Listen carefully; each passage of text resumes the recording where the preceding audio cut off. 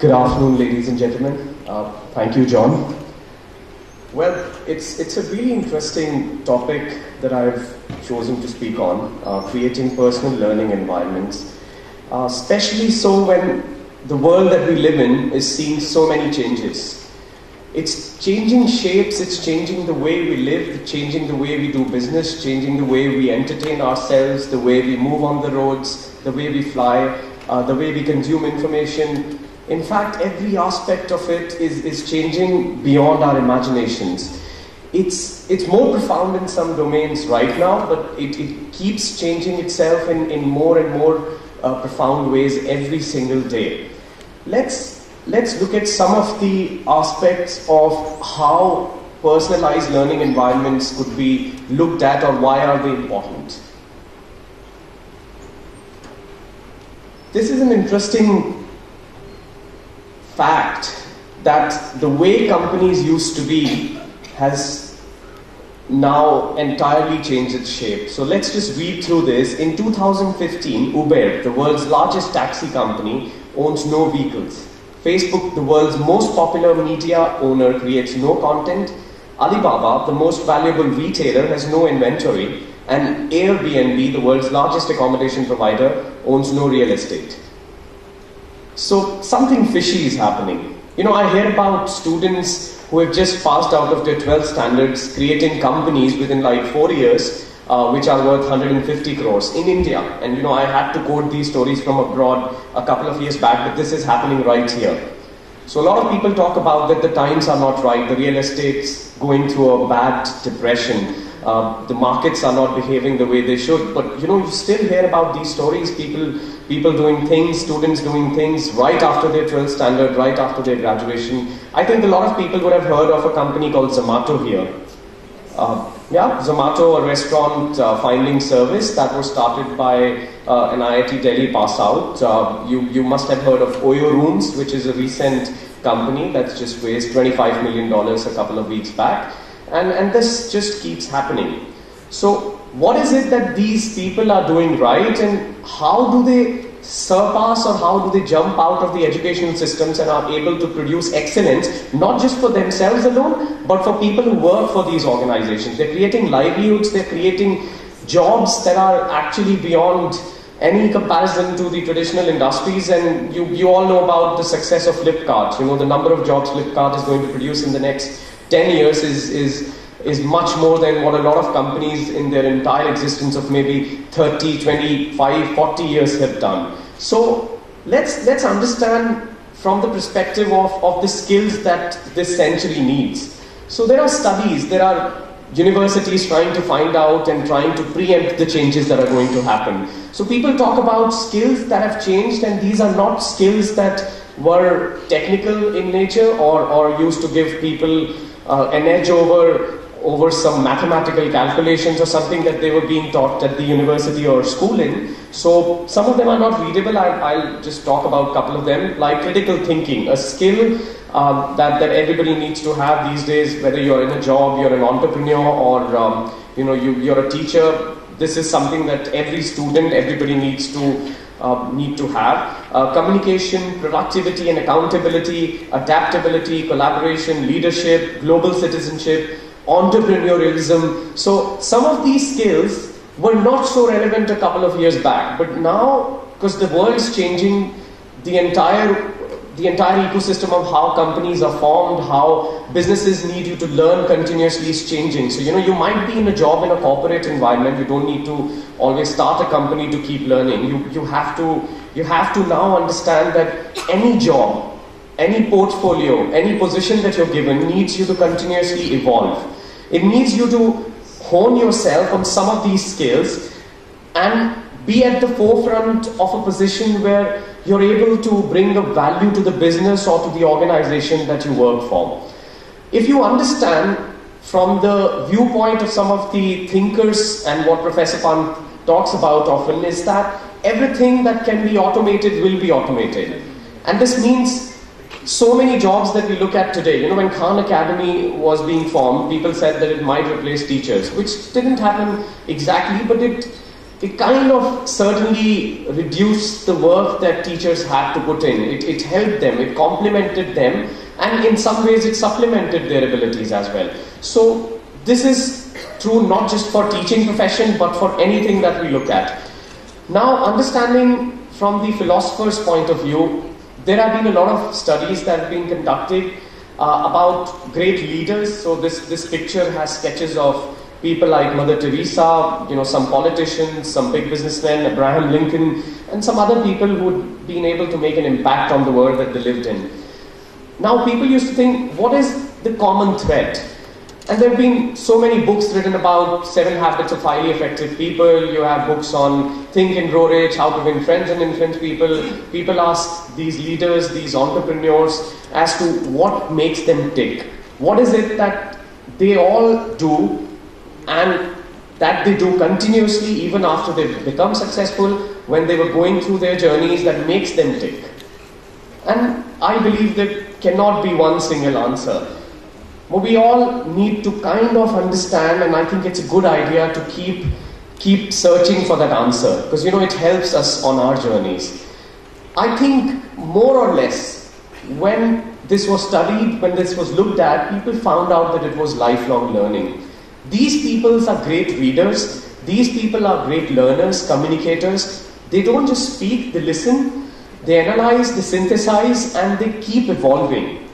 So look at any of these great businessmen, they were impacted by changes in the industry. Look, pick any industry, pick any great politician. They had to continuously evolve in their strategies, the way they understood and perceived the world. So this common thread, lifelong learning, makes it really important that we start thinking about how do we personalize our own learning environments. Because we are not going to be sent back to the universities, to the schools, to the corridors of the educational institutions that we have walked through once. We will have to do it ourselves. It is upon us now that we continuously learn, evolve, and improve on the value that we are giving back to the organizations. So what I'm going to talk about in the next few slides is how the change is being perceived in some places.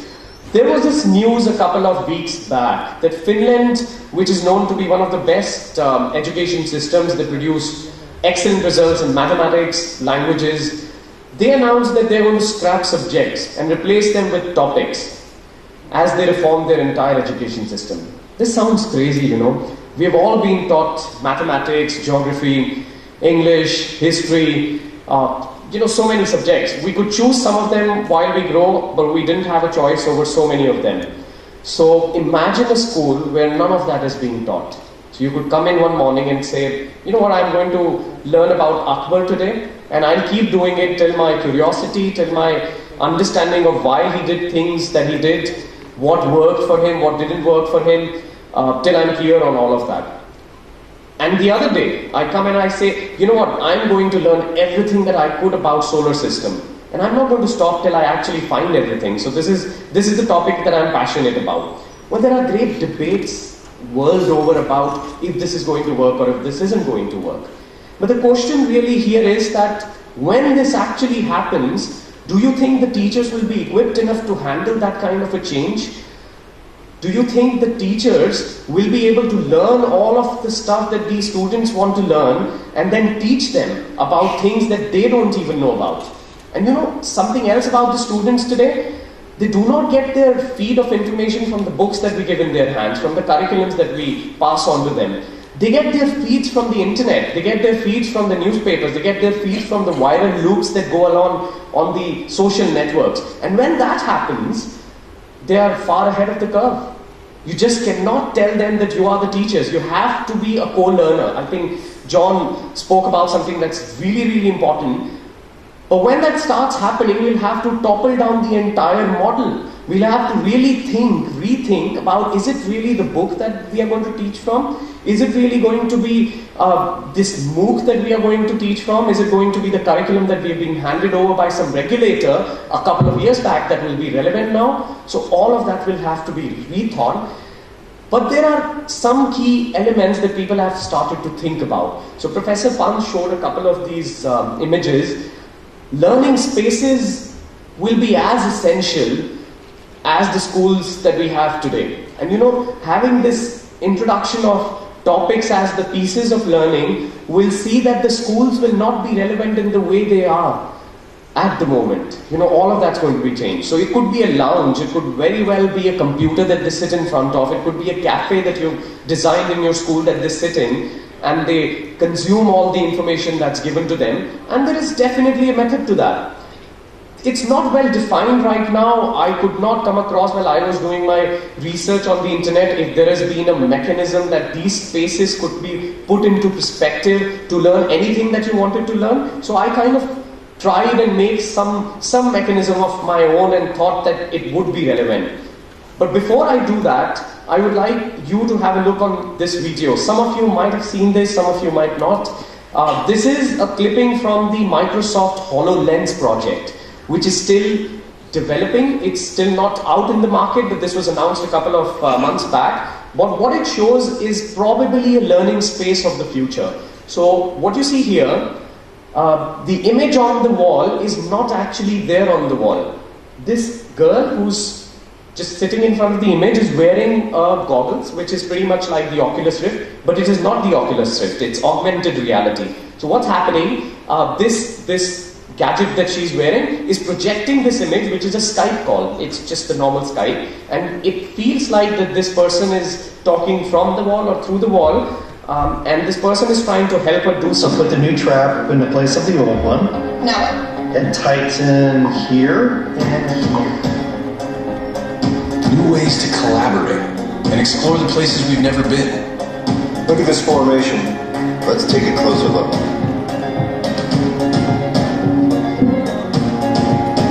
And new ways to create the things we imagine.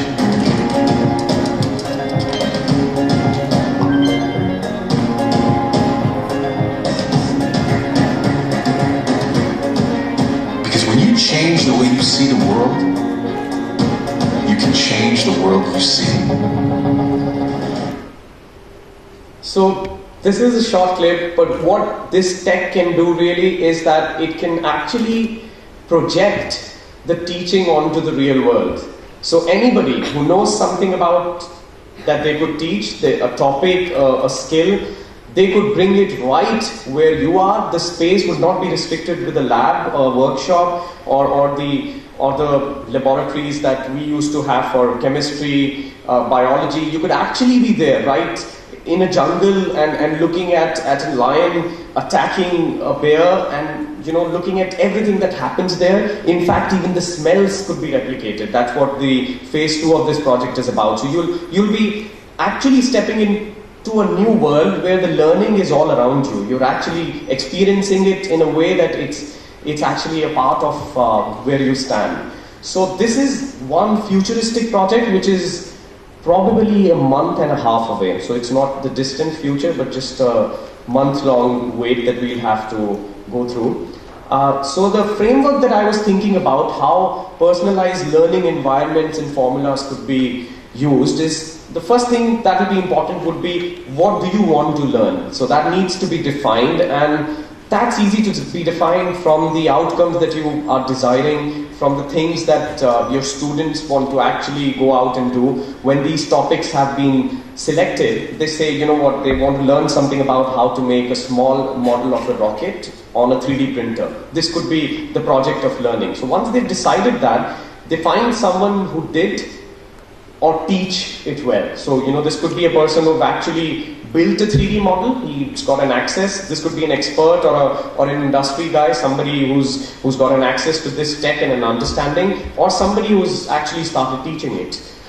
I'll come to the point where to find them just in a bit. Then the students need to build a project of their own. So they've understood that they wanted to learn about how to build 3D rockets, but now they'll define, I will build this 2 feet long or say a couple of inches long rocket myself with this color, this shape, and they've decided that this is what my project is going to be. Then this part is the interesting bit. This I adopted from the lean methodology that people use in manufacturing. They have implemented the lean methodologies to startups as well, and all it says is that rather than going through entire long processes, defined systems, you go lean. So you try and go out and come out with the least possible effort, least possible or the minimum viable product. Go and give it to someone or come out with it, take a feedback on it, go back again to the lab or to the manufacturing space, and then again take a feedback and keep doing the process till you learn or till you're able to make that. So the process would be learn, tinker, build, assess, tinker, fail, learn, succeed. All this means is that experimentation. You've got access to the knowledge that you wanted. The teacher that I spoke about in step 2 could be online. This could be a course that is delivered through an online platform. This could be a book. This could be somebody who's conducting a workshop, and this could be a university desk that's teaching a small summer school or a small event. But you've got to just find someone and then build your own project. Go out and tinker. And the portals of knowledge and connections are now pretty much everywhere. You know, there is enough content online. There is so much being produced every single day. I like what Professor Pant said, that, you know, through the mobile devices, any expert could do it. But when I say the content needs to be good, all I mean is that I've experimented with a lot of people trying to create courses, because now I'm heading a company that produces content online. So it's not easy for everybody to produce good content. That's where they need the support of a producer. But a lot of people are able to do it well themselves, so they give you the access to the portals of knowledge. The seat of learning has been always here, where the plus sign is there, and it will stay there. So going back to a book written by Susan Can, which is called Quiet, she talks about people being different from an introvert or an extrovert perspective, somebody being able to learn in a crowded space, somebody who learns well when he's sitting alone. So we just need to understand our seat of learning, how well it works when it is in a certain kind of a situation or under a certain pressure. And the environment design could be as flexible as the seat, to a cafe, to a workshop that's being projected through an augmented reality device, or it could be something that's your friend's garage, or, you know, a couple of friends who have gathered together and created this space. So it's pretty independent. This slide is my key to creating the personalized learning environment. Thank you. That's all I wanted to say today.